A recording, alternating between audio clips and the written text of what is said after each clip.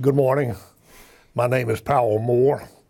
We're at the Richard B. Russell Library on the campus of the University of Georgia in Athens, Georgia.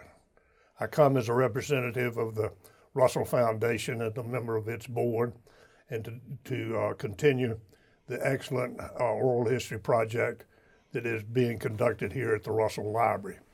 Today we have as our guest Bill Talmadge, who has had an illustrious career of over 40 years in Washington, D.C. and in Georgia politics, and it has many interesting recollections of his encounters with some of the important people of the last 4 decades, and we look forward to hearing from him.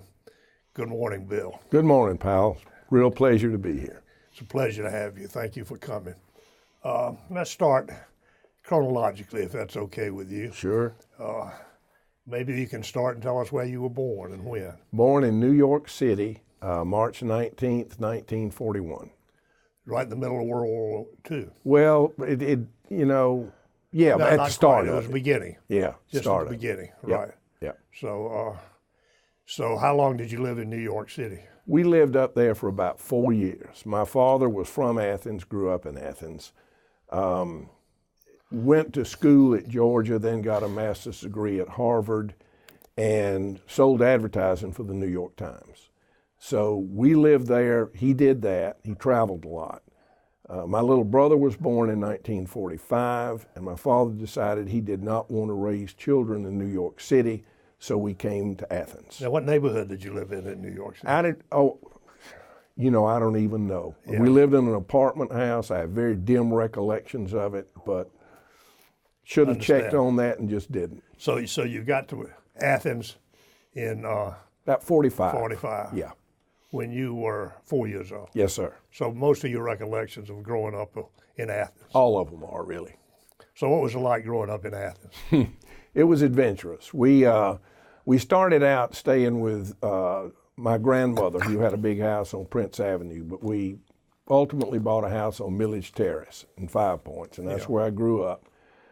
There were a lot of boys on that street. It was my brother and me, and Dr. Neighbors had 3 kids, and there were about 5 or 6 kids on that street. And we were not bad kids, but we had a high energy level, and we were adventurous, and childhood was interesting. Well, good. And your father was on the faculty at the University of Georgia. Yes, he was. And he was kind of a legendary faculty member. Well, I think so. What I think he was a very effective teacher and communicator. My father was a great storyteller.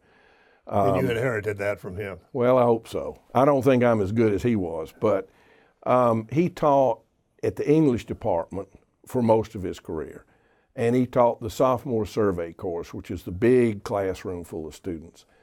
And he made it interesting. And we quite frequently had college students just visiting the house to come see him and listen to him. And that, was a little disconcerting to the neighbors, but we liked it. Good. You heard some interesting stories from him. I did, and some of them are going to stay there. Most of them were true. Knowing Daddy, a reasonable percentage of them were true. They were embellished. He was good at embellishing. Good.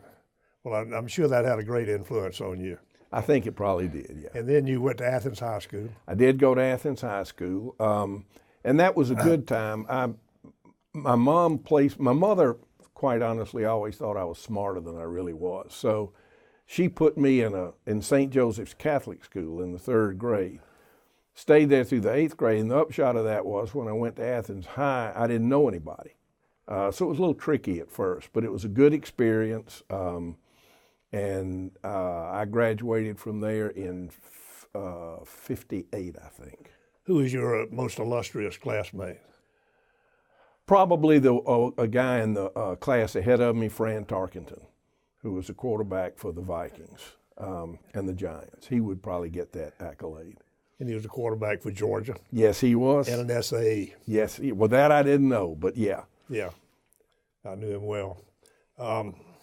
Then what happened after Athens High School? Well, I went to the University of North Carolina. I wanted to go out of state, and I think my folks wanted me to go out of state to sort of broaden my experience. So I went up to Chapel Hill. And the funny thing is, growing up in Athens, of course, I got steeped in Southeastern Conference football and Georgia football. Loved it, and that's one of the reasons I'm glad I'm back. Then I went up to North Carolina and got steeped in Atlantic Coast Conference basketball and North Carolina basketball. And my mother, who was very cultural, used to despair because she said there was no room in my head for anything else after I got all that in there. But Chapel Hill was fun. It's a good place to go to school. It's fun socially, and it's not maybe as, back then, dominated by the Greek culture, the fraternities. I was in a fraternity for a while, but you could have a good social life at Chapel Hill and not be in a fraternity. Now, what was your major at Chapel Hill? Political science. Then what? Did you graduate from Carolina? I did. I graduated from Carolina and decided I wanted to go to law school. But I needed a little money, and so I took a year off and taught at Athens High School, taught a political science course at Athens High School for a year, and then I enrolled in law school at the University of Georgia. And you graduated? 57. 57 or 67? 67. Yeah. Okay. Thank you. Good. And then what? I got a plum job, pal, and I kind of lucked into it a little bit, to be honest with you. One of the jobs that people wanted coming out of law school, and I was a decent student, but I was not law review or anything. And one of the plum jobs was to clerk for a state Supreme Court justice. And Justice Bond Allman, who at that time was the number 2 justice in seniority, had made an arrangement with one of my classmates.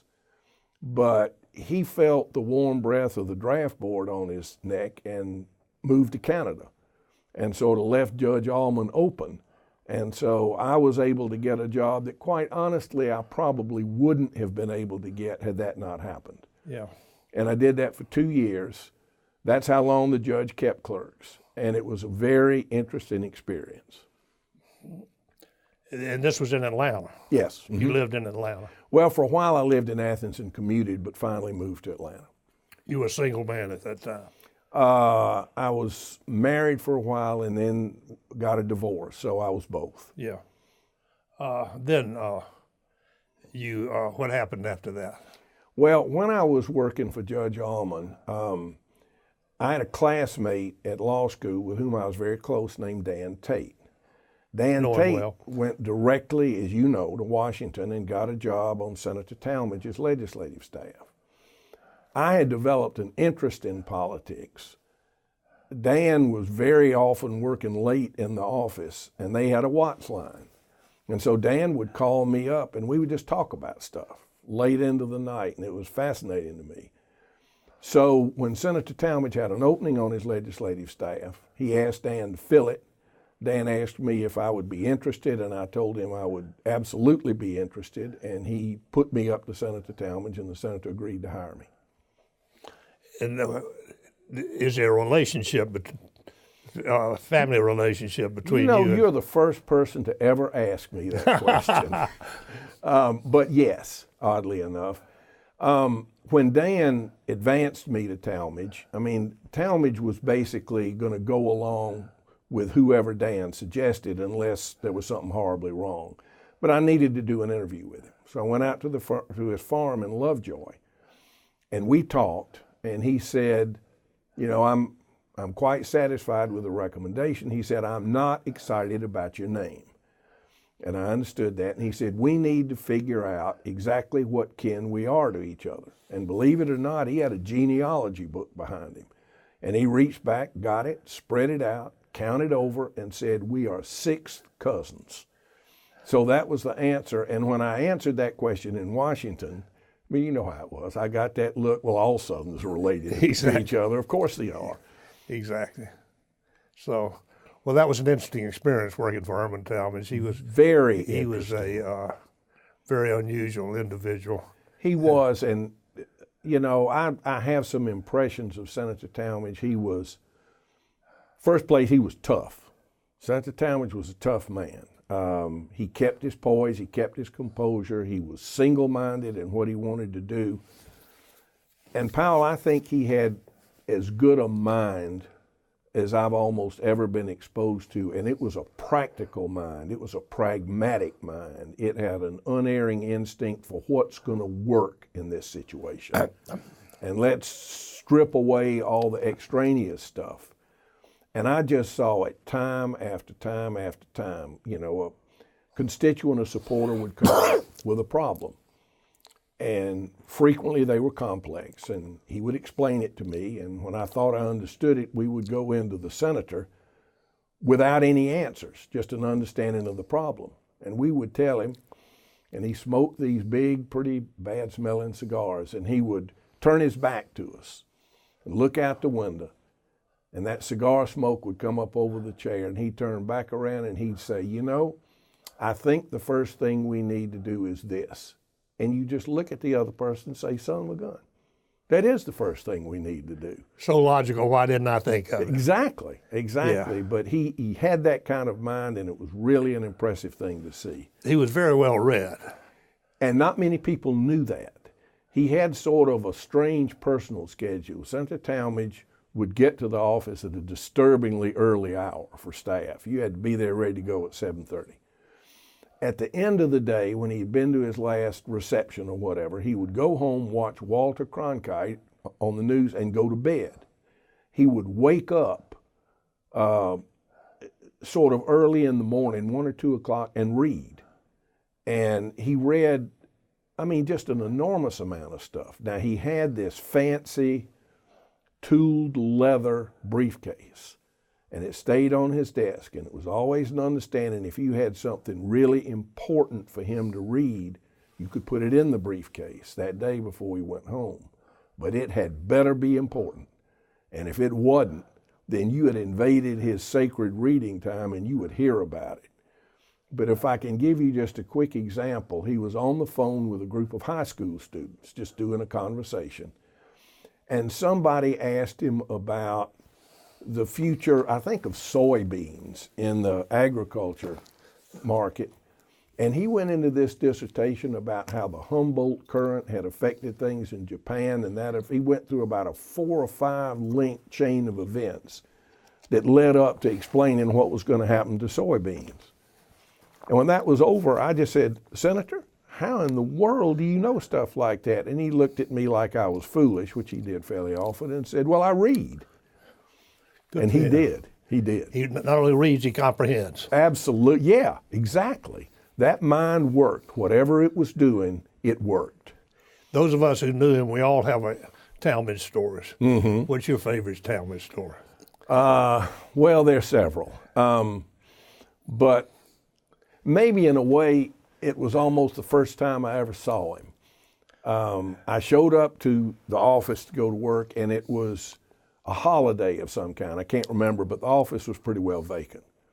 And I was sitting at a desk, and a phone call came in, and they directed it to me.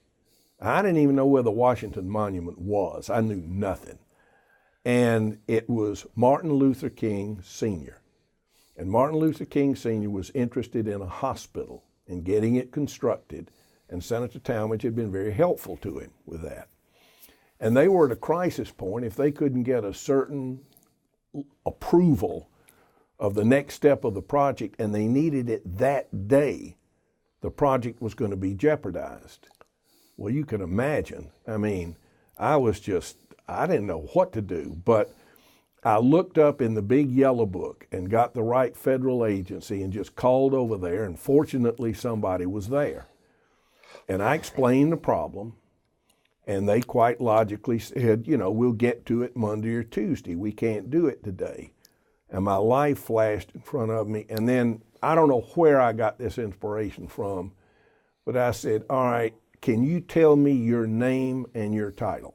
Because I'm going to have to call Senator Talmadge up and tell him that we were not able to move this project today and that it is therefore in danger. And he's going to want to know who told me that. And so I need to be able to tell him.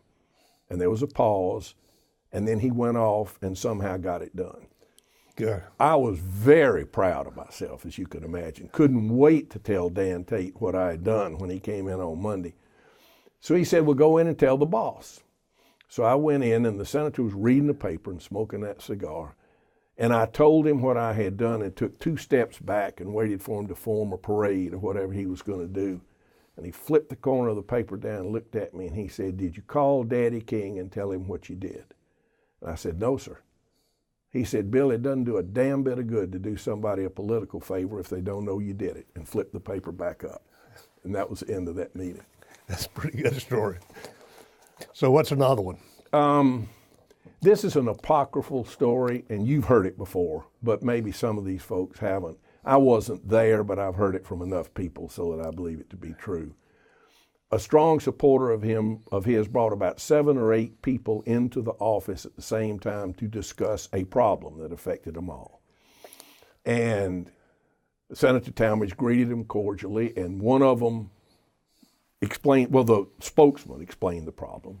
Talmadge did the drill, turned around, turned his back to him, turned back around. "Well," he said, "I think the first thing we should do is this."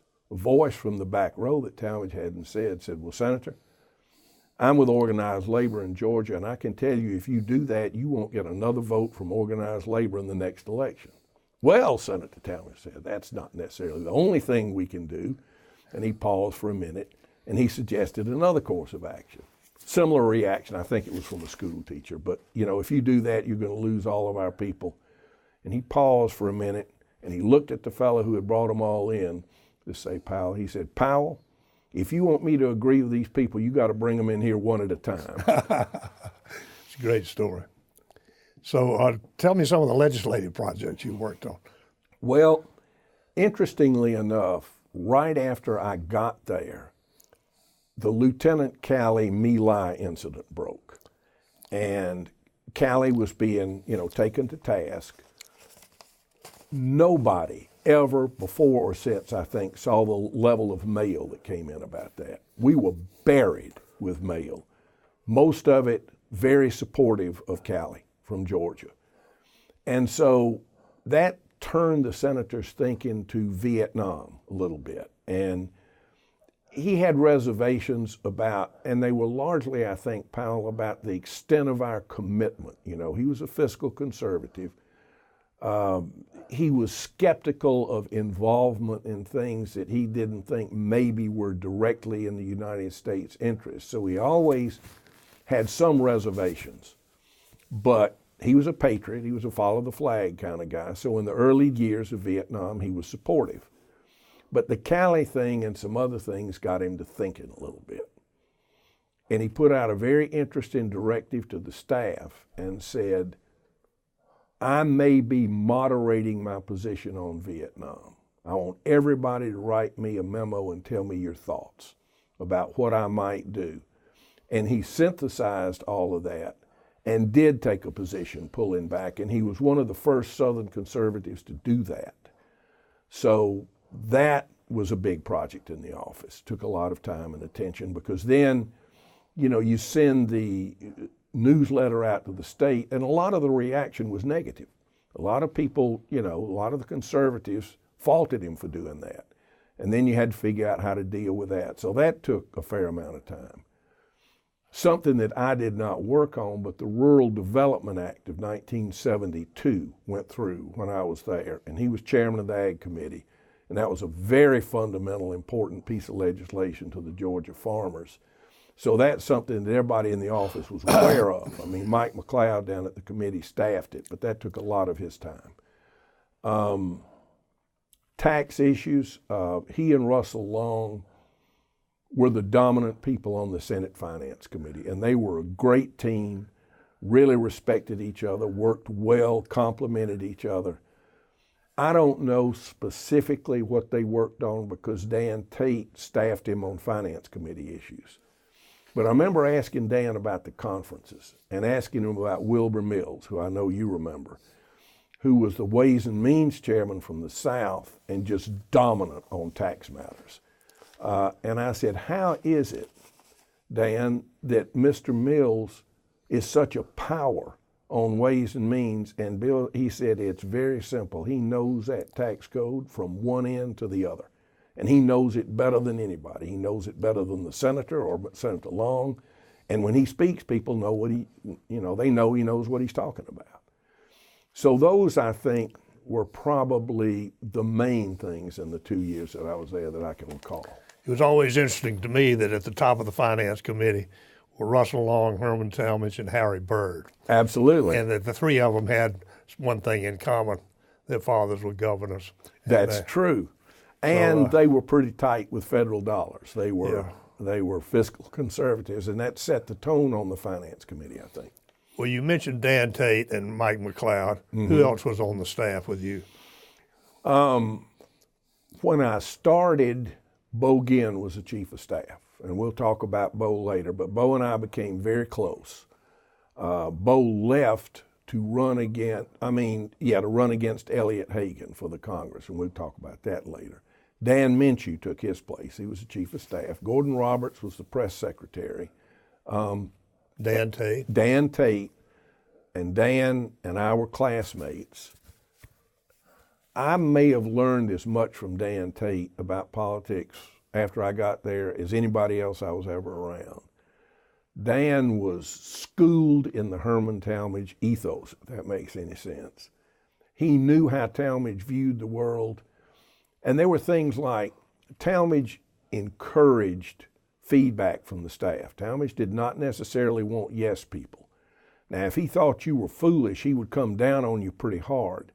But he encouraged that feedback and dialogue, and so did Dan. And a couple of times I got my knuckles rapped, just like everybody else did. But once a decision was made, Dan said to me, if I ever catch you or anybody else out at the Carroll Arms, a local watering hole, anybody else being faintly critical of what this office decided, you're gone. Once it's a decision of the office, then your involvement with it is over. You're into execution. Dan was somebody who thought it was critically important to keep your word to people. And as I think you know, that's important in Washington. I mean, you divide people up into, if Powell tells me something, can I take it to the bank? Can I act on it? And Talmadge was like that. If he said he would do something, he did it. And Dan Tate was like that. And he also taught me a lesson that most people who know me say I have not yet completely mastered. And that is, sometimes it's better to keep your mouth shut. You don't have to react or talk about anything. And if I can labor you with one more incident, when Senator Talmadge went on the Watergate Committee, one of the first items that came up was the staffing of the committee. And Senator Irvin had two staff members who both wanted it very badly. They wanted to be his counsel on the committee. And one of them stopped Dan walking down the hall and said, Dan, come on into my office. I want to have a drink, talk about some things. And Dan said, come on, Bill. I mean, the guy wasn't particularly interested in having me in there, but I was there. So we sat there. And he poured us some quality liquor, and then he started talking about what he thought Senator Irving needed as a staff director. And oddly enough, what he needed complemented this guy's own abilities. So he talked for a while, and then he waited for Dan to react. And Dan just sat there, nodded, didn't say anything. So he took another breath and talked for about 5 or 10 more minutes, and Dan just sat there. And that happened 3 times, and then Dan said, thanks for the drink, and left. And I said, what was that? He said he wanted me to say something. Whatever I said, he would have attributed it to Herman Talmadge. I didn't have the right to say anything on behalf of Herman Talmadge, so I didn't say anything. This man was from North Carolina. No, the man was from North Carolina. Senator Irving was, and the guy who got the staff job was from North Carolina. It was Rufus Edmondson. Yeah, that's who. But that's not who it was. This was a guy was. who worked for Senator Irving up on the Hill. I think his name was Bob Smith. Yeah. But Powell, I will suggest to you that not 1 in 100 staff people that I knew would have had the presence and sense to just sit there and not say anything. Yeah. And those were the kind of things I learned from Dan. Smart man. Yes, sir. And he went on to a great career in the Carter White House. Yeah. And like Herman Talmadge, a tough man. You didn't want to cross Dan Tate. If Dan Tate was focused on something, he was good. I'll tell you a story about Dan later, but this is your interview. All right. But the relationship between Senator Talmadge and Dan Minshew didn't end very well.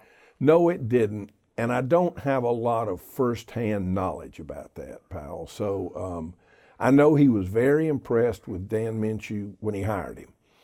And he had the impression that Dan was a Rhodes Scholar, and that counted with him. In fact, I'm afraid Dan was not a Rhodes Scholar.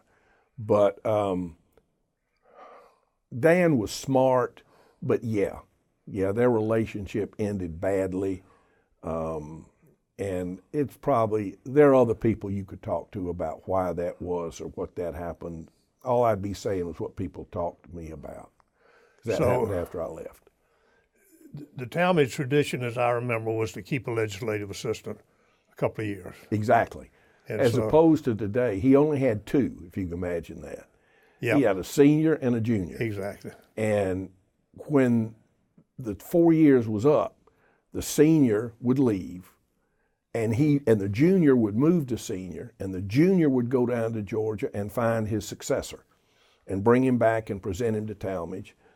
And the reason Talmadge did that, I think, was because he knew if he went down and looked, he would get all kinds of candidates and tell people no and make enemies. So he sent his staff guy down there who not many people knew, and he announced the hiring before anybody knew there was a vacancy. Yeah, exactly. And that's how, so yeah, that's how it worked. Good. Interesting. So then what happened? You started in 71. Right. And I was set to succeed Dan and was looking forward to that because Dan got to see a lot of things I didn't get to see because he was senior, and I was looking forward to seeing them. But the CocaCola company came along and they offered me a lobbying job that was just almost impossible to turn down. Coke was, I think, as strong a legislative player back then as anybody in Georgia, certainly, you know. And Ovid Davis was a legend, and Earl Leonard was a legend, and just the chance to work with them was something I didn't feel like I could turn down. So I left and went down to Atlanta and worked. And moved back to Atlanta. Yeah. And did that for about, started in 73, for about 7 years. And mostly what I did was state legislative work. Back then, oddly enough, litter and mandatory deposits were a huge issue, and state legislatures were trying to tax soft drinks and pass legislation that required them to be bottled in returnable bottles. And that was an expensive issue to the company. And it sounds like not much, but I mean, there were statewide referendums about it. It was like working in campaigns. And I think the time I was there, I went to maybe 40 different states. And I did some federal work for them because I knew some people up there and there were ways I could help. But my primary focus was at the state level. So you went to places like Sacramento and...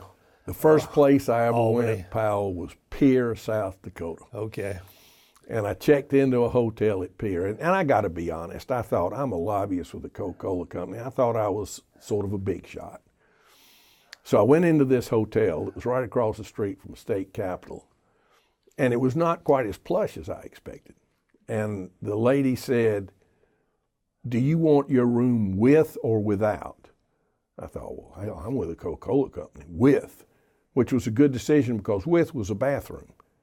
The other rooms, everybody went down to the end of the hall. Good. So I got ready to go out to eat. And the desk clerk called me as I walked out the door and said, "Where are you going?" I said, "I'm going to get a hamburger." He said, "Don't go below 6th Street or whatever street it was because it's Friday night, the Indians are out, and you can get cut down there." Huh. And that was my first exposure to state lobbying, which sort of redirected my impression of who I was and what I was doing. So then, what are some of the other stories that... What was fascinating about it and what I learned from it was back then the Coca-Cola company, the bottling plants were not company owned to any great degree yet. They were owned by people who almost always, Powell, were leading citizens in their communities because it was such a, it was like having an ATM machine at the Mint. If you had the Coca-Cola franchise, nobody could sell Coca-Cola products in your district except you. And so whenever you went in to work a problem, immediately had somebody who was well connected, who either had been a public official or knew, and that was an enormous advantage. Being an out-of-state lobbyist is not an easy thing to do. There were tremendously different levels of sophistication among those people. In South Dakota, I sat down with a bottler who was going to testify before a committee and rehearsed him like you would one of your children who's going to be in a play. You go to Alabama, and Oakley Melton would bring out the Alabama political machine. He was a clerk of the Alabama legislature, tremendous fella. And you just gave them the information, got out of their way, and they knew exactly what to do. So it was interesting from that perspective. So did you spend any time in Washington then? Some. And those would be just sort of one-shot deals. We're having a problem with this bill. Thus and so is working it, but I know you know staff person X or Senator Y. Would you go up? And then I did some socializing. I mean, back then you could entertain committee staff. A lot of people did it. Coke did it fairly lavishly. And so every so often I would go up there and monitor a committee hearing that was of interest to the company and take some staff people out. Tell us about Ovid Davis. Ovid Davis was one in a million. Ovid Davis was a country man. He had no pretense about him, no false veneer of sophistication. Ovid's strength was Mr. He had ties to Milledgeville, if I remember correct. I don't know what those were. I'm sure he probably did. His strength lay in his relationship with Mr. Woodruff. And in the early days of the company, Mr. Woodruff traveled all over the country by train, and Ovid went with him. So Ovid had his complete trust. And when you're doing government relations in a corporation, as you probably know, it can be tricky because you can't always show a bottom line benefit. A lot of it is what you prevent or what you alert them to. And so other people in the company who do have bottom lines are competing with you for budget and for resources. And it never was a problem with Ovid because of Woodruff. And he would go to him and say, this is what we're going to have to do, and it relates to your product, and Bill's going to work it, or Earl's going to work it, and this is how it's going to happen. And they'd buck up at him, and he'd say, if you have a problem with this, go down the hall and talk to the cigar. That was Mr. Woodruff. And Ovid used that power wisely. He wasn't a bully or anything, and Ovid was somebody whose word you could absolutely trust, and legislators knew that. Did you have much interaction with Mr. Woodruff? I had none. Yeah. I had none. That was Ovid. Yeah. And he wasn't necessarily anxious to share that. Yeah. Ovid was quite a man. What about Earl Leonard? Earl Leonard was my immediate mentor down there. Had one of the quickest, most agile minds I think I've ever been around, was a wonderful writer and could write at the drop of a hat, could come up with words that would just sort of take your breath away. Very gregarious, as you know, big storyteller, a lot of fun. I think Earl and I were a pretty good team. I was maybe a little bit better detail person than Earl was some of the time. But Earl, he had relationships all over the country. He was a vigorous advocate for the Coca-Cola company, an implacable opponent of Pepsi-Cola, and would fight with people on the Hill about having Coke in their office instead of Pepsi. A huge Georgia bulldog. I mean, I don't think the University of Georgia has had very many better friends than Earl Leonard. And working with him was an experience. I'm sure it was. So when did that come to an end? In 1979 or 80, I mentioned Bo Ginn to you. And Bo had been Talmadge's chief of staff when I got there. And Bo and I became really close friends. And we would stay up late at night a lot. It seems like I did that a lot in my life. We would stay up at night talking about things. Bo had a dream to be governor of Georgia. It's what Bo had always wanted to do. He was a very effective member of Congress, and we can talk about that if you'd like to. Sure, absolutely. Well, then let me deviate a little bit and say that when he went to Congress, he ran against Elliott Hagan, and that was a tough election because he had been Elliott's chief of staff before he was Talmadge's chief of staff. And a lot of people thought that was an aggressive, ambitious move. But Bo had a lot of friends in the 1st District, and he felt like he could do it, and he did. He got on the Appropriations Committee, and he got on the Military Construction Subcommittee. And one of the first things he had to do was defend Fort Stewart and Hunter Air Force Base against base closure. And he did that very effectively. And once he defended them, he set about seeing to it that they would never be attacked again. And he expanded their mission. And finally, I think Fort Stewart wound up being the host for the 3rd Infantry Division. I mean, he really put them on the map. When the nuclear subs came out, there was a huge competition. How are they going to be based on the East Coast? They were based at Kings Bay, and that was largely because of Bo Ginn. And he knew how to do that stuff. And then when they closed down, I think they finally closed Hunter Army Airfield, and Bo and his staff went out and got the FLETC, Federal Law Enforcement Training Center, to locate their headquarters down there. Down in Brunswick. In Brunswick, yeah. Right. And so Powell, he was a legend in the 1st District by the time he left Congress. I never saw a district love their member of Congress any more than they did Bo. And Bo was very effective in the Congress, maybe as good a people person as I've ever been around. Very good about doing favors for people. I remember, and Bo told me this, so I know it's true. He and 3 other members were supposed to go to another member's fundraiser. They went out to the airport. The flight was canceled because of weather. The other 2 went home. Bo went over to Butler, haggled a private plane, flew through the storm, and showed up at the fundraiser. People never forget that stuff. And Bo did that time and time again. So he was an enormously effective congressman, but he'd always wanted to be governor. Who was giving him his military advice? I know he didn't have a military background of any kind. Well, he had 2 people on his staff, Bob Hurt and Will Eddington. Bob was his chief of staff and had been a newspaper guy, but both Bob and Will had been in Vietnam. Yeah. And knew the military, and I think he got a lot of it from them. So Bo called me.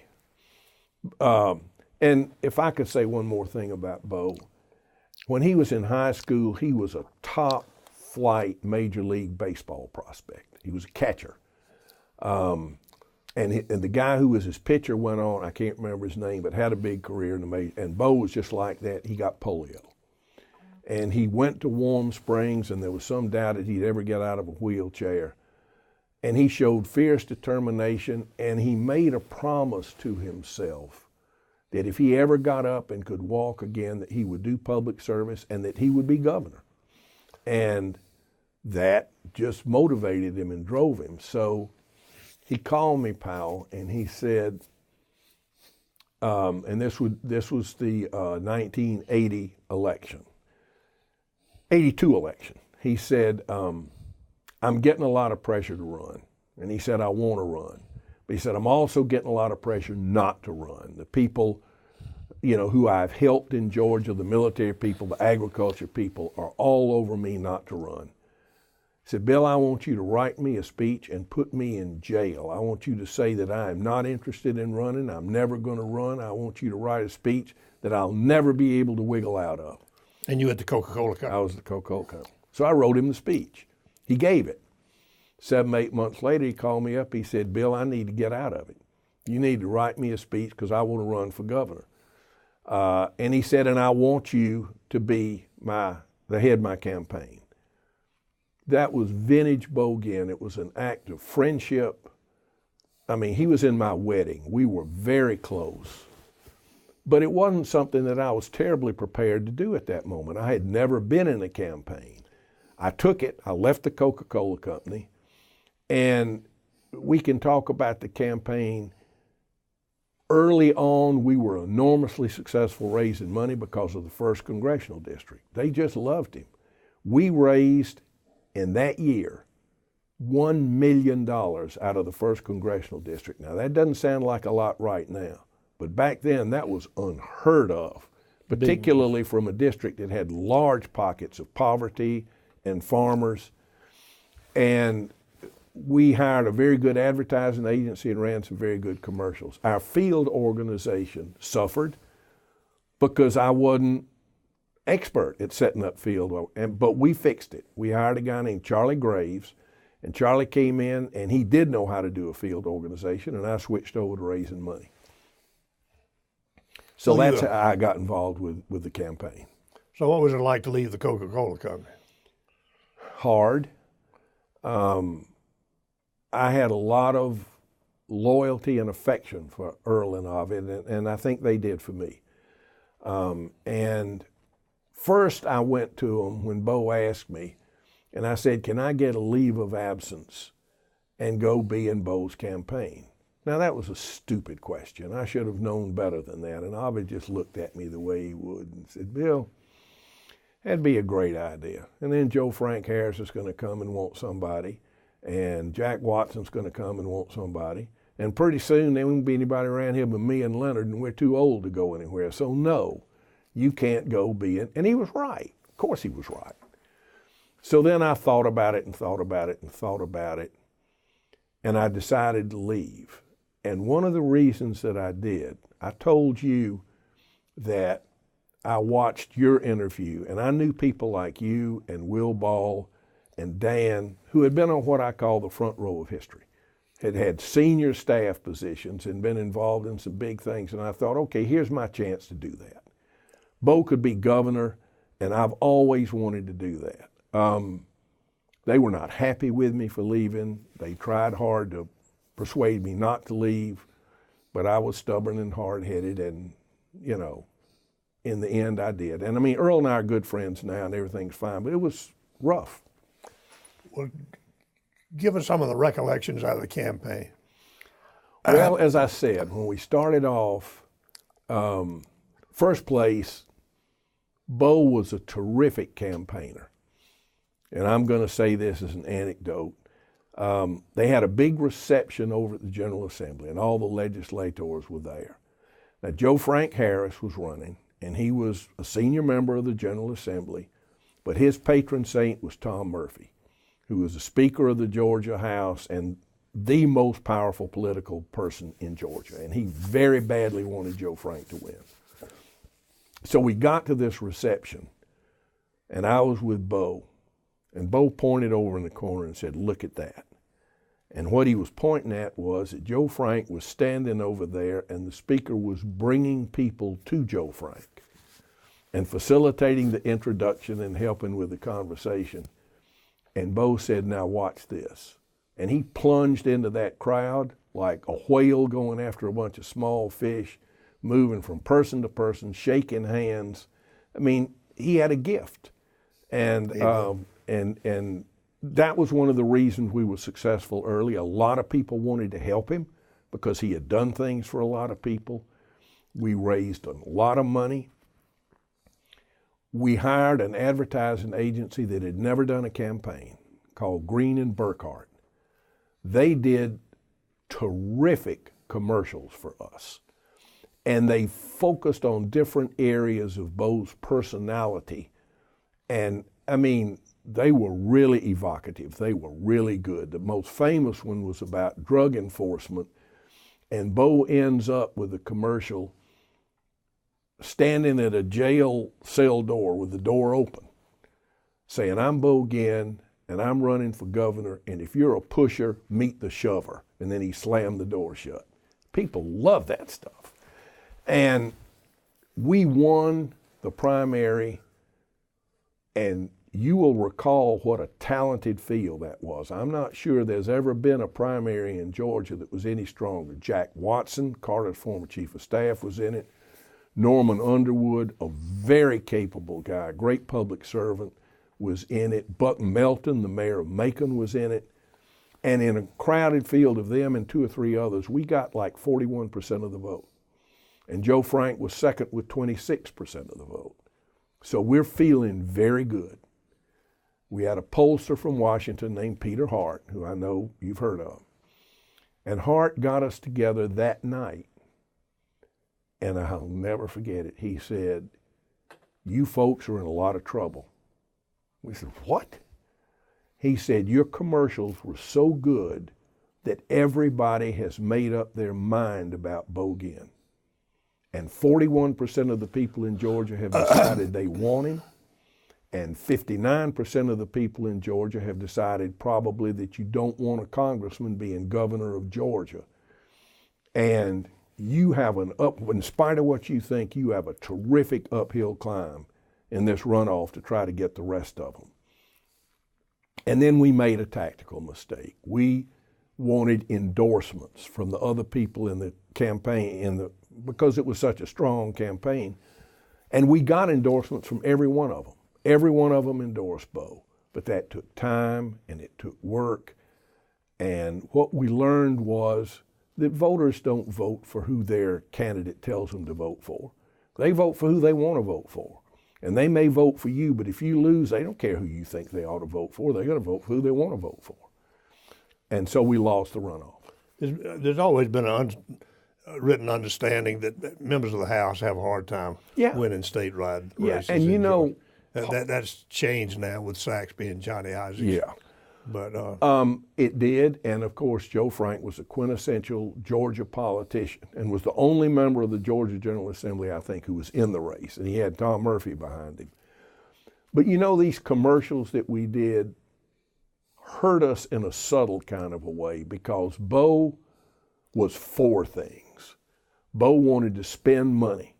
He wanted to spend money on education. He wanted to spend money on roads when he was in Congress. He was an appropriator. He supported MARTA. He believed that federal dollars intelligently spent could be the fuel for progress in the state. But it was easy for Joe Frank to say he's a spendthrift. Look at his commercials. He's going to bring that Washington philosophy down here to Georgia, and we don't think like that in Georgia. That's not who we are. And that was effective. That's consistent with what Senator Russell used to say. He said that there were two issues in state races, roads and schools. Mm-hmm. Now we'd say education and infrastructure. Mm-hmm. But and one other thing I learned from that, I am convinced that when you run a campaign for office, one of the things you need to do is develop a simple, declarative, 1 or 2 sentence message explaining why people ought to vote for you.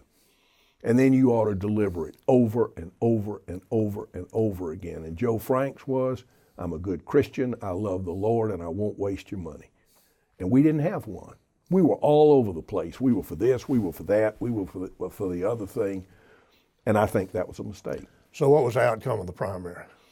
We lost, I think we got like 47, 48% of the vote, and he got 52%. And then, of course, he won the general election easily because, Georgia was still a very Democratic state at that point. Yeah, who was the Republican opponent, though? Oh, boy. I'm blanking. I don't remember. I don't remember either. 1982. I can't think of who it was either. And that may say something. Yeah, exactly. So, you lose the election. Yes, sir. What happens next? Well, you're unemployed. And your wife is looking at you kind of funny because you had a great job with the CocaCola company, which you decided to leave and go do this. And now, where are we? You don't appear to have a job. So I went out and I started looking first in Atlanta, in the government relations area. We had a tough campaign. And Joe Frank had a fellow working for him named Tom Perdue. And I will give Tom his due. He was effective. He was very tough. Tom did some things in that campaign I don't think we would have done. Things like the day before an election, all of a sudden leaflets show up on the car windshield wipers at churches all over the place, absolutely misstating Bo's position on abortion. I mean, it couldn't be a mistake, just deliberate statement. And after we lost, Tom was involved in trying to complicate our efforts to seek employment. if we were on the staff. Let me just say that. And I encountered that once or twice and began to believe that my future in Georgia for the moment was a little limited. At that point, Russell King, who I think you know, who was a Talmadge staffer after me, came to me and he said, Congressman Richard Ray just got elected. He doesn't have a chief of staff. I'll call him. Why don't you go see him? And so I did, and that worked out, and I went to work for Richard. So were there other ways that Purdue interfered with employment opportunities? Boy, am I tempted. Okay. But I noticed in your recorded history, you were careful to talk about stuff you had firsthand knowledge of. Yeah. I don't have firsthand knowledge of that. And so I'd rather not go there except to tell you that in my heart and in my bones, I am absolutely convinced that he did that. Yeah. Too bad. Tell us about Richard. Richard is a fascinating guy to me. He was the mayor of Perry. When Sam Nunn got elected to the Senate, I think in '72, Richard came up with him and was his chief of staff. And did that for, I guess, Richard ran in '82, so he did that for 10 years. And he was a very effective chief of staff. Jack Brinkley resigned from Congress, and Richard had thought he would go into the consulting business, but decided to throw his hat into the ring. And that district was the 3rd district, was based largely in Columbus, stretched up almost to Macon, had Robbins Air Force Base in it, and Richard won. So my introduction to Richard's staff was a tiny bit bumpy because Richard had gone up to them, met them, kept most of Brinkley's staff, and told them, I'm not going to hire a chief of staff. I think I can be my own chief of staff, and I think we can run an office. And so everybody in the office kind of moved up a peg because there were vacancies. Well, now here comes the chief of staff that Richard had said he hadn't planned to hire. So everybody in the office moved down a peg. But we worked through that. And he had a good staff, and the Brinkley people were good. Ruth Whitty, Joyce Edelson, they were good people, worked hard. Somebody told me once, if you're ever going to be a chief of staff, don't work for a member whose last job was being chief of staff. And there was a little bit of that with Richard. Richard would fly spec what we were doing as an organization. Sometimes he was right, but I just felt like his attention might have been devoted better other places. And it was complicating my life to a degree because that undercuts you a little bit. Now, having said all that, Richard Ray was a very effective congressman. And the country was lucky to have Richard. Richard did not have the sort of glib, facile, verbal intelligence that you see a lot in Washington. But Richard was smart. He had street smarts, congressional street smarts. He was tough. Richard got into deep financial trouble early in his life. All his friends said, you need to declare bankruptcy. Wouldn't do it. Formed a pest control company, crawled around under people's houses killing bugs until he'd made enough money to pay off all those debts. That's how Richard was. Richard's main concern 25 years ago was the debt. The fact that the country was spending more money than it was willing to extract from its citizens. And he was almost consumed with that as a problem. So his priorities were clear. He got on the House Armed Services Committee. One of the first and more interesting episodes was when I first met Richard. We were touring down through the district meeting people. He hadn't even had his first day. And there was a fight for one of the subcommittee chairmanships between Sam Stratton and Bennett from Florida. Remember them both. And they're both calling Richard, putting the arm on him. I need your vote. I need your vote. And Stratton had the job. I think it was chairman of Readiness, and Bennett wanted it. And I mean, we didn't know what the hell to do. But we called around and talked to people, and some of Nunn's people gave us some good advice. Richard wound up going with Stratton, the guy who held the job. But that was our first introduction. Richard went up on the committee, and he took a page out of Sam Nunn's book. You will remember, Powell, I'm sure, that when Nunn first came to Washington, he figured out, okay, I'm a junior member up here in the Senate. I need to get an area in defense, because he was on armed services, and be an expert in it. I need to know more than anybody else in the Senate about that particular area. And that's how I'm going to start to get a toehold. And he did it, I think it was NATO, if I recall correctly. And it worked for him, big time.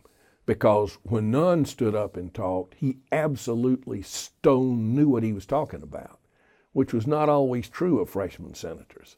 And so Richard saw that. And he decided he was going to go over to the Armed Services Committee and find himself an issue. And he selected a relatively obscure issue. He went on a Codel in Europe, visited a lot of forward military bases we had. Of course, Russia was still the main concern then. Became convinced that they were totally vulnerable to ballistic missiles, and that the Russians would launch and tear the bases up with ballistic missiles, and we wouldn't even be able to get our planes off the ground. So he came back to Washington, went over to the committee, and met a woman named Nora Slatkin. Nora was from the Budget Committee, one of the smartest people I've ever been around, having a little bit of a hard time early on at the committee because the good old boy network down there, she didn't have a military background, a little bit that she was a woman, so she was having trouble getting a toehold. And she adopted Richard, and Richard adopted her. And she taught Richard about air-based defense up one side and down the other. It didn't work for him as dramatically as it did for Nunn, but it worked. And that's what I mean about Richard having sense, understanding how to get something done. And if I can expand a little on the committee, because I think that's where he made a lot of his success. I know you've been to many committee hearings, as I have. And the things that distinguish them are they always start late, and the members spend a great deal of time on opening statements while the television cameras are going before the witness even begins to talk. And when the television cameras turn off, there's an exodus of most of the members, and they go back to doing what they want to do. Now, Richard knew if there was a hearing, it was important to somebody. It was important to a member, it was important to a staff person, and so he stayed. He found out why it was important. He asked supportive questions. I mean, I can't tell you how many times I saw a room. Here's the chairman, here's the witness, here's Richard, down here at the end. Just about the only guy there. And people remembered that. It's what I used to sit behind the Secretary of Defense at those hearings. I always appreciated the people who stayed and were interested in the issues. Exactly, and showed some knowledge and were interested in trying to advance the ball that the hearing was there to try to push. Yeah. And he would go before the defense markups, which as you know were huge, authorization bill. Richard would go around to the staff members, and he worked with staff anyway, and they really liked him. And if you were a staff member that he liked, he would come up to you and he would say, now, Powell, I imagine there is an issue or two that you would love to have gotten in the bill, but you can't find anybody to push it for you. Now, you tell me what the issue is. Number one, if I agree with it, and number two, if I'm not going to really anger somebody powerful on the committee by doing it, I'll push it for you. And he did. And that just hugely magnified his influence on the committee, because when Richard wanted help from the staff, he got it. And those are the kinds of things I'm talking about. He just had that level of intelligence. He was dedicated. And for that reason, he was a very effective member, I think. Yeah, very fine man. So. And one other thing I'll tell you about it was interesting. He was very direct. And Robbins Air Force Base was an example. And to deviate for a second, you know how big Robbins is, but a lot of people don't understand what an air logistics center does for the economy of the whole middle Georgia area. It's a huge employer. And Richard knew that his primary job in Congress was going to be to defend Robbins and expand its mission. Richard also was smart enough to know from his days with Nunn that there were 3 other, I think at that time, maybe 4 air logistics centers in the country that were just as big as Robbins, and that often there was competition for a particular project. So Richard, when he got elected, and I went with him, flew around to every one of those other air logistics centers, met the commandant, said, I want to fight for air logistics on the committee, and did. But he also sniffed around a little bit and did a little reconnaissance on the committee to decide where Robbins might have a leg up, so that if those little competition things came up, number 1, he was totally grounded in the staff. Number 2, he knew some of the personnel at the other committee. And number 3, he had a working knowledge of why Robbins might ought to prevail. And Robbins did very well under Richard. So how long did you work for Richard? Started in 82 and worked until 86. And he was in the House until what year? He got reelected 4 times. 82, 84, 86, and then 88, and then he lost, I think, in 90. He lost to? Matt Collins. And what happened that year was that Newt vacated his seat, and the Georgia Republicans decided to try to redraw districts to make them stronger Republican. And they did that for Richard's district, but they also brought in a lot of voters that were sort of urban, whose policies didn't really reflect Richard's. And Matt Collins ran a smart, aggressive race, and he beat Richard in the primary. And he was a Republican? Yes, he was. And so that was in 1990. Mm-hmm. And then what did Richard do? That's interesting. Richard decided he was going to be a lobbyist.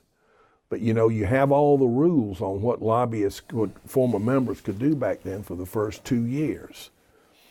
So Richard decided, all right, I want to work defense. And he just spent 2 years in the Pentagon, going around meeting with people he had known while he was on armed services. How you doing? What programs are you working on? What can you tell me about them? Just learning the Pentagon up and down. When the time came that he was eligible to lobby, Richard could hit the ground running. And he built a good client base, largely with defense companies, and did very well. So when did Richard pass away? 1999. 1999. Yeah. It was sudden, if I remember correctly. Richard had a heart problem, and he got a valve replacement. And the valve replacement started acting up. And several people who knew Richard say, you got to go to the hospital, you got to figure this out. But he was physically tough and stubborn, and he didn't go soon enough. How old was he? I think in his upper 70s, maybe around 80, something like that. So when you left Richard, what happened then? I was fortunate enough to go to work as a lobbyist for the Washington office of King and Spalding. And I did that. I got that job primarily through my friendship with Ted Hester, who was running the Washington office for King and Spalding, who was a former David Gambrell staffer. Exactly. And I had known Ted, and Ted was somebody I kept on, in touch with, talked on the phone. And they were just getting started. They had 14 people in the Washington office, and Ted asked me if I wanted to come over, and I did, and it was a very good move for me, and I hope for King and Spalding. King and Spalding is certainly the gold standard in lobbying and legal work, I think, in Georgia. I think that's true. I think that's true. And a large, not the only by any means, most of it was just quality of work, and good work. But then you had Griffin Bell. And Griffin Bell before him, you had John Sibley. Yes. So. And obviously John Sibley is beyond my range of experience, but Griffin Bell, the former Attorney General, I'm pretty sure was the reason we got a Washington office. He thought King and Spalding just had to have one, and there was some reservations about it in Atlanta because they were the head office and didn't necessarily think we needed anything else. But Judge Bell pushed for the office, got the office, and it worked out. Got an office across the street from the White House. Close to the White House. 1701 Actually, it was Pennsylvania. No, not 1701. 1730. 1730. Same side of the street as the White House, one block up. But that was something Judge Bell changed. First time he came to Washington, King and Spalding had opened a temporary office over a sandwich shop. And the smell of subs dominated the office, and Judge Bell just went back to Atlanta and said, no, we're going to go get some real estate. And that's when we got 1730. So what were some of the issues you worked on at Probably the biggest one and the most exciting one was for the Atlanta Olympic Committee. Atlanta, as you will remember, made a surprising bid to host the 1996 Centennial Olympic Games. The way it worked in the Olympic world was if you were a city and you were interested, you competed, you expected to lose, you lost, you got a place in line, and you moved up the ladder, sort of like seniority on a committee, and then when it came your turn, then you could be the host. Well, Atlanta didn't have a place in line. And there were some very bright young people in Atlanta, of course, Billy Payne, but some people from King and Spalding, Charlie Battle, Horace Sibley, decided they were going to go try to get it. And they enlisted Andrew Young, who was an enormous help in getting support in Africa and places in the world. And they out-hustled anybody, and to the surprise of almost everybody, landed the host committee for the 66 Centennial Olympic Games. Well, King and Spalding, obviously, got to be the general counsel for the Olympics because of Charlie, who left the firm to work with the Olympics, and because of Horace, who became the Olympics lawyer. And Horace and I were friends, and Horace was very good to me and did an extraordinary job. It's just hard to describe how complicated that whole representation was. We indulge what is largely the fiction in this country that the government doesn't support the Olympics. It's an amateur exercise. Well, of course that's not true. The government provides enormous support for the Olympics, or we would never host a game. But then you have to work out how you're going to do that and maintain the sort of surface fiction that it isn't happening. And security was an enormous issue. I mean, we had Munich. We knew what could happen at an Olympics. Think how vulnerable that is, how many places you can attack an Olympic Games and hurt people and hurt athletes, and how hard it is to screen all those people, and what wonderful visibility that gives the terrorist on a world stage. And the federal government had to be involved, and the Department of Defense was extraordinarily helpful. But we had a real fight with John McCain, who's a senator I respect. McCain didn't think that was the business of the U.S. government. And Sam Nunn and Paul Coverdale, everybody knows what Nunn did, but Coverdale was a friend of McCain's, and he did some behind-the-scenes work, and finally we were able to secure the support from DOD that we needed. But I guess, and I should mention Cindy Gillespie. Cindy worked for me in Richard Ray's office, worked with us for a while at King and Spalding, and then was hired by Lindsey Thomas to do congressional work for the Olympic Committee. And Lindsey was a very effective president. Everybody loved Lindsey, but Cindy did the day-to-day work. So then we flipped, and I worked for Cindy. But that was all right. We made that work out. And we probably at one time or another had contact with every federal agency for one reason or another, trying to work out something for the Olympics. And it leads me to something I decided last night I want to say, and that is that federal bureaucrats get a bad rap, bad reputation. Everybody portrays them negatively, as you know. I can't tell you how many smart, dedicated people I met at these agencies who were working hard, who wanted to do a good job, who were reasonable, who could be dealt with. And I just want to say that because I think that's, in my view, that's a misconception. Sure, there's some boneheaded bureaucrats up there, but they aren't all. And the other thing that really helped us was that Bill... I agree with you, by the way. Thank you. Bill Clinton was enormously supportive of the Olympics, and that helped. Clinton was smart enough to understand that he was running for re-election in '96, and that being the president and the host of the Olympic Games was going to be a nice thing to do. And he also Clinton was enthusiastic about it. He believed in them, Gore believed in them, and that made our job a lot easier because everybody knew that Pennsylvania Avenue wanted the Olympics to happen. So that was a successful representation. Yes, it was. And very interesting. And we had the bomb that blew up in the park, and that was regrettable, but there were a lot of major security problems we could have had and didn't have. Now, what about any other projects with King and Spalding? One that I worked on that was interesting, and I hope you'll indulge me. I don't want to supply a lot of names to what I'm about to tell you. But there was a company in Georgia who was threatened with a takeover by a corporate raider. You remember how that used to be in the late 80s, early 90s. This was a family company, had been in existence for generations, been a King and Spalding client forever. And we signed on to help them defend against the raider.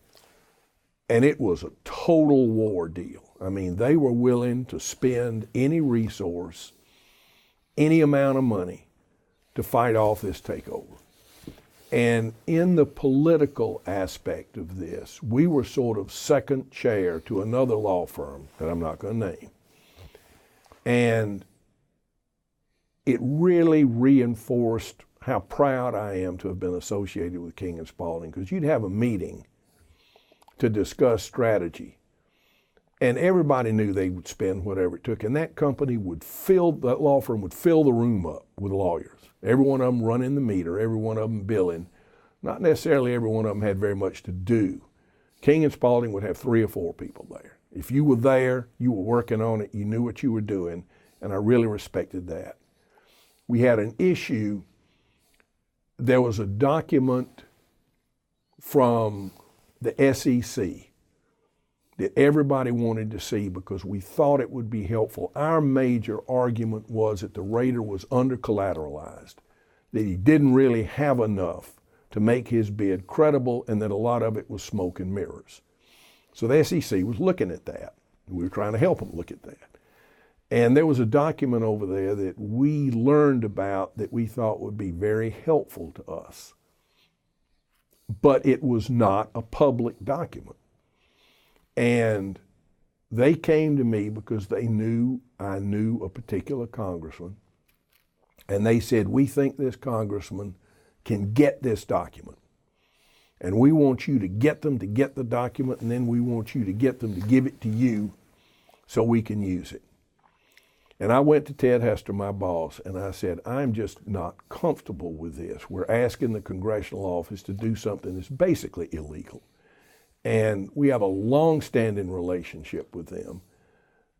And I just feel really awkward about it. And Ted looked at me and he said, you go tell them that that's not how King and Spalding does business, and if they have a problem with it, to come see me.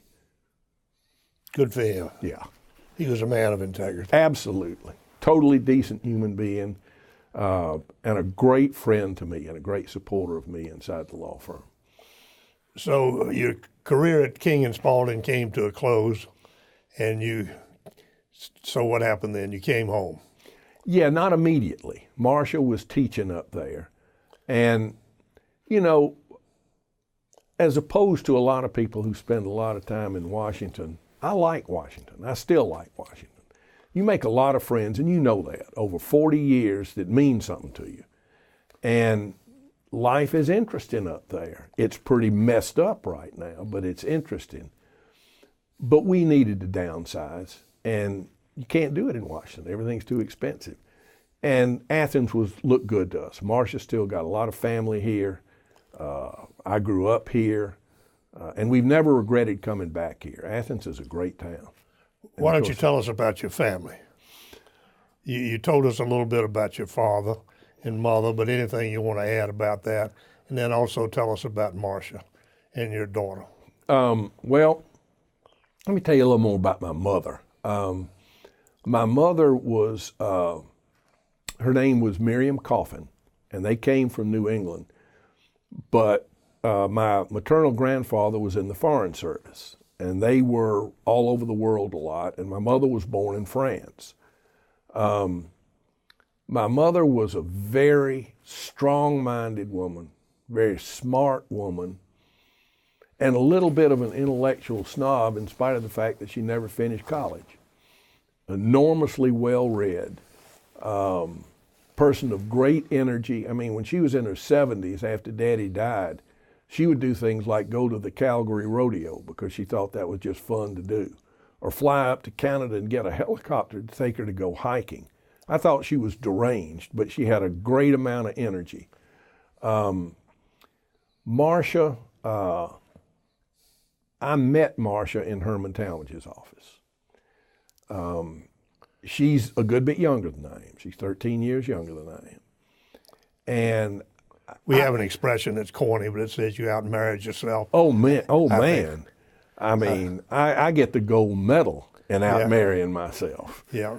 But I got a call from somebody in Georgia who I respect a lot, Bob Kimbrell, who's a banker down there, and he said, Buck Griffin's a good friend of mine. His daughter would like to come intern in Talmadge's office. She's a first-class person, but she interned last summer for Bob Stevens.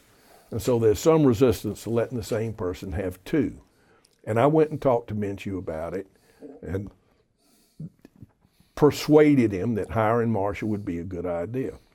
So she came up there, and she worked in the press department for Gordon Roberts, and I walked back there to see what I had done. My Lord, I mean, you've seen Marcia now, and Marcia's a beautiful woman, but you should have seen her then. I mean, we had a phrase called screensaver. Marcia was a screensaver.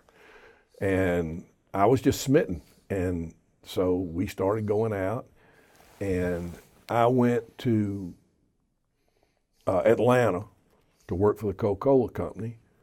Marcia wound up coming down there and went to Emory to graduate school.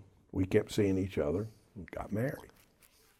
It's funny that you two met in Washington. Yeah. Even though you both grew up in Athens. The key to understanding that is we grew up in different generations. Exactly. Yeah. Exactly. And then you had a lovely daughter. We have a lovely daughter, Erin, who went to country day school, Madeira, William and Mary, got a really good education. In psychology, got disillusioned with it. She did some social work, and it was very frustrating to her, and I'm proud of the work that she did. It was with a state program, and it was supposed to locate people who should be hooked up to some state program for a problem they had but weren't, and to try to help them figure out what the state program was and to get them hooked up. And this was a new effort. And Erin had to go into houses of some pretty scary people to talk to them and get their trust. And she did that, and then more often than not, when she got ready to hook them up, the bureaucracy failed, and the hookup failed, and they felt betrayed. And she just burned out doing that and decided she wanted a career as a farm tech, the people who work right at the side of a pharmacist. Went to school, blew it away, did very well, and now has a job in Monroe as a farm tech. No grandchildren? No. Erin is moving slowly in that area to her mother's considerable frustration, and that's a controversy that I stay out of. Well, Bill, I think this has been a great contribution to the oral history collection at the Richard Russell Library. And before we close, I want to ask, is there anything you want to add that we haven't discussed so far? Yeah, I want to just say to anybody who's watching this, who's a young person, who's thinking about going to Washington, go. We need bright people up there. The town, I think, Powell, is still got a lot of young, bright people in there who are working with a high level of energy. The people that are messing it up are our contemporaries, quite frankly. And they have just turned it into a political morass and a partisanship. It's just, and we have a controversial president now. And so young people might think, no, I don't want to do that. Don't do that. Go up there. Take your talents up there. It's still a noble calling. It's still something good to do. And I've had a lot of interesting jobs. I've been very lucky. The most interesting job I ever had was Herman Talmadge's staff. And I would just encourage them to go. Good. Thank you very much for your time. Been a great pleasure. It has been a pleasure for me, and I think it's a great contribution to the oral history collection. Thank you, sir.